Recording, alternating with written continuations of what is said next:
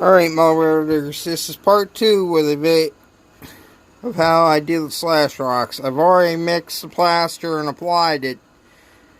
Ideally, you want to go for anywhere between 1/4 and 3/8 of an inch thick layer of plaster. Now, for the fun part. Mr. X-Acto knife plus plaster. And this is the fun part. You just keep scoring like this as it's setting. And don't worry.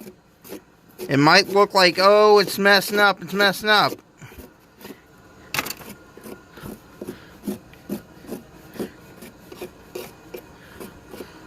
This is the fun part of it. And this is one part you can actually get the kids involved in.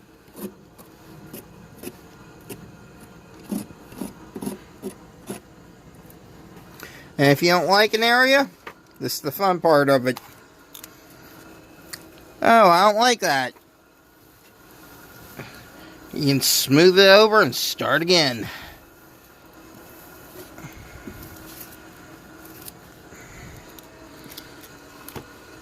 See? That's the beauty of this. And you go right back to slashing. And don't be afraid. Thinking, oh, I'm screwing up. You're not. This is the beauty of it. And mind you, I'm holding it with a real feather light touch.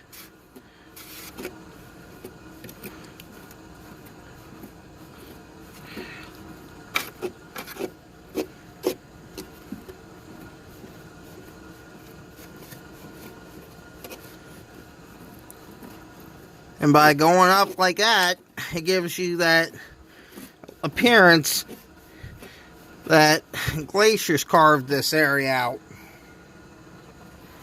And now you want to add some highlights.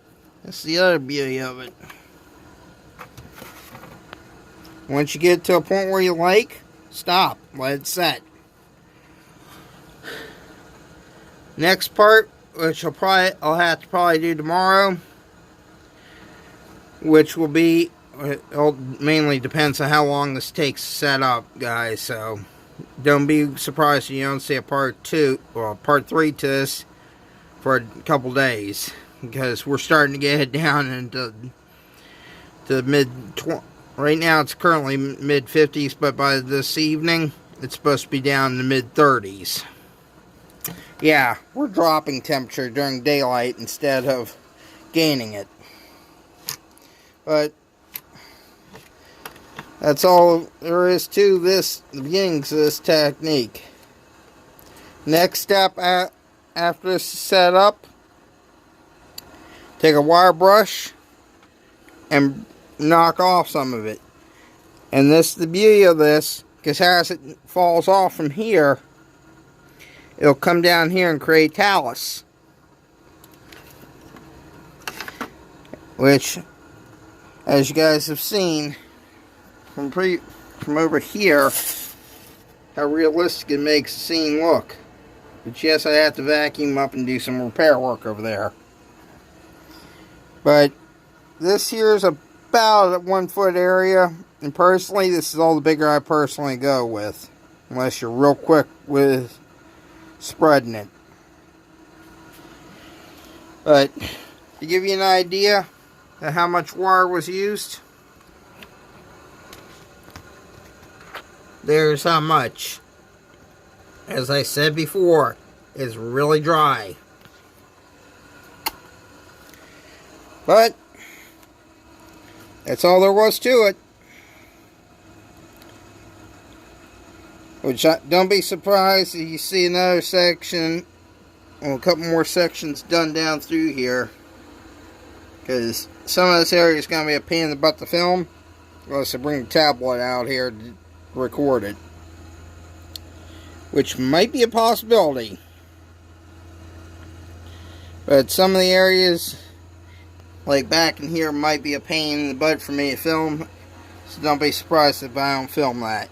I'll try and keep it in this one little area. Which, in case you guys are wondering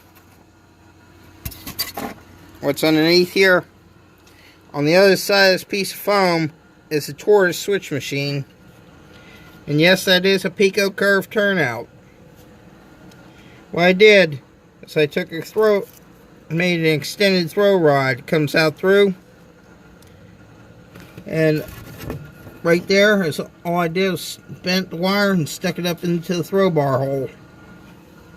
I did the same thing over on this one. And right where that little hole is in the plaster where it looks like it's been chipped out, I'm going to make it look like a bear den or natural cave.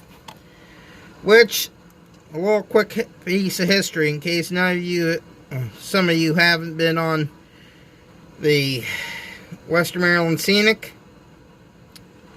There's a segment of the line called Bone Cave. A lot of the rocks from the Smithsonian came from up along, or came from out of that cave.